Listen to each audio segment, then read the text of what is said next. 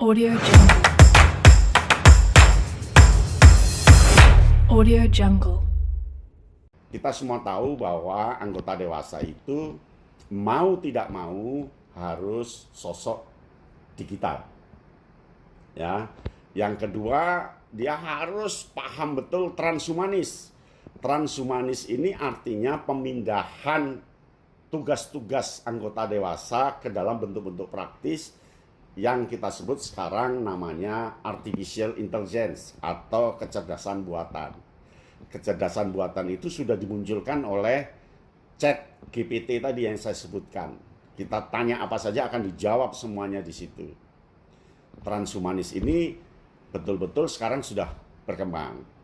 Lalu toleransi antara muda dengan tua, toleransi anak ke anak, toleransi agama ke agama, toleransi hobi ke hobi, toleransi komunitas ke komunitas. Lalu gender, ya, peran wanita, peran laki-laki betul-betul dimainkan dengan bagus. Lalu bela negara. Mengapa? Karena ini sangat penting.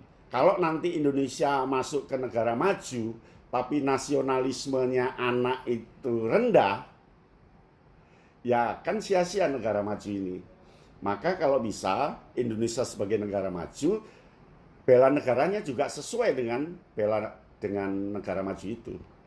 Lalu multisitus. Jadi anggota dewasa harus paham bahwa program-program T5, program apa itu semuanya multisitus. Dan anggota dewasa harus paham tentang multisitus itu. Nah, yang terakhir, harga diri ini teramat penting karena kita ini sekarang kan masih dicap sebagai postkolonial.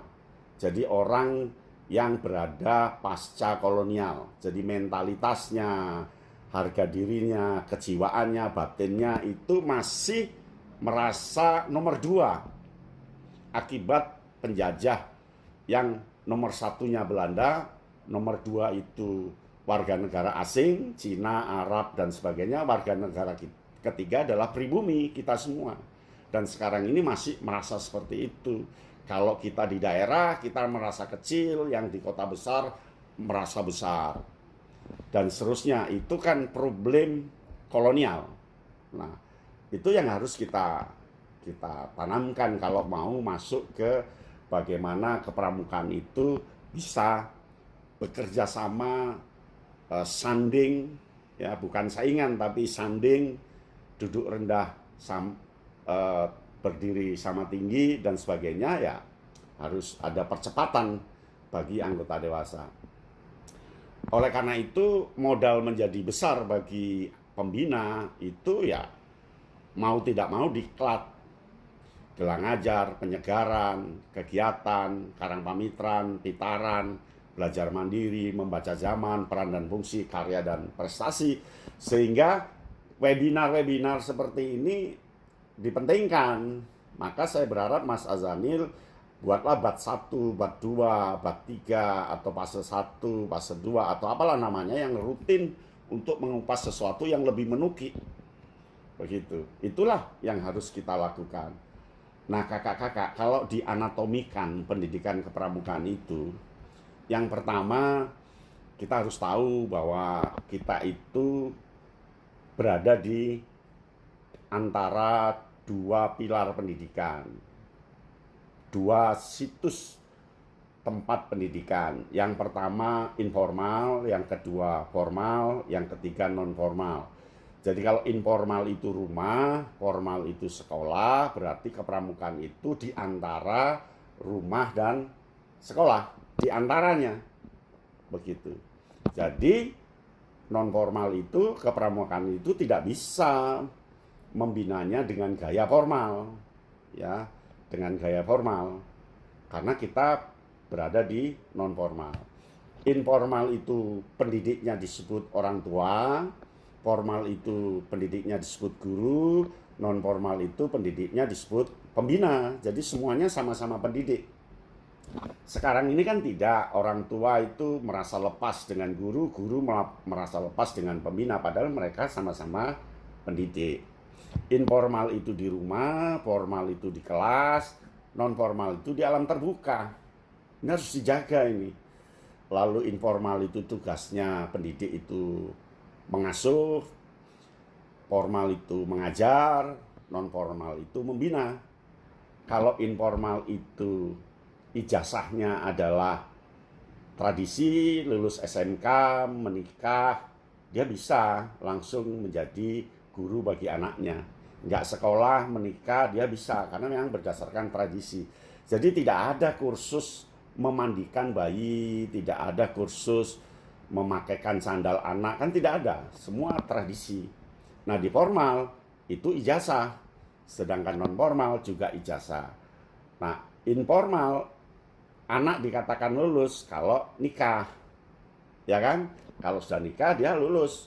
Sedangkan formal kalau sudah lulus adalah rapot nilai SKS. Begitu. Non formal itu lulus TKU. Jadi nggak ribet TKU. Nah, pertanyaannya, perkuliahan kepramukaan Kak Damrah nanti kita pikirkan bersama.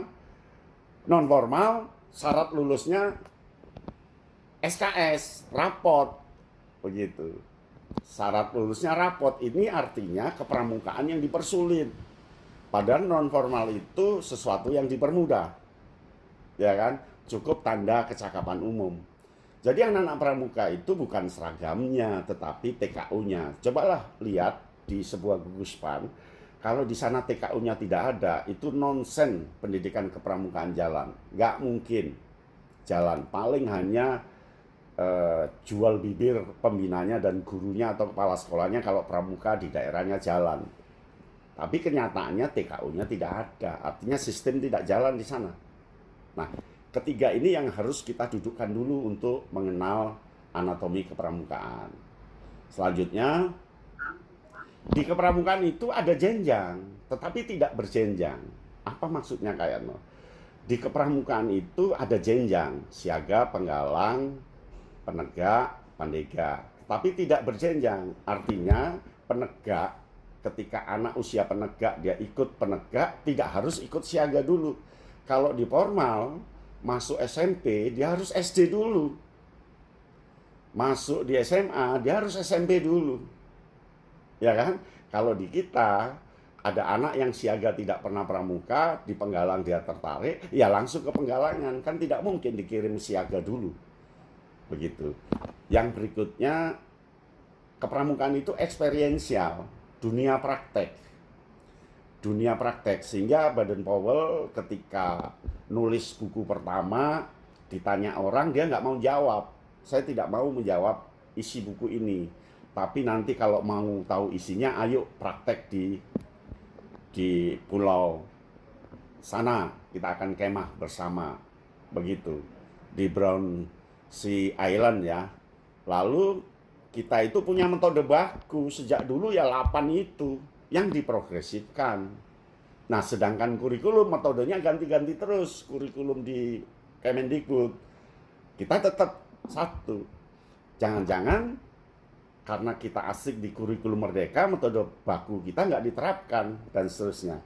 Lalu cirinya kita punya bingkai simbolik atau kiasan dasar. Jadi simboliknya beda dengan kurikulum merdeka. Jadi kalau guru atau pembina merancang rencana membina, ya jangan dipakai kata capaian pembelajaran, karena capaian pembelajaran istilah di kurikulum merdeka. Kita pakai ya syarat kecakapan umum, ya kan? Jadi tidak tumpang tindih. Lalu kita punya sentuhan sistem Among.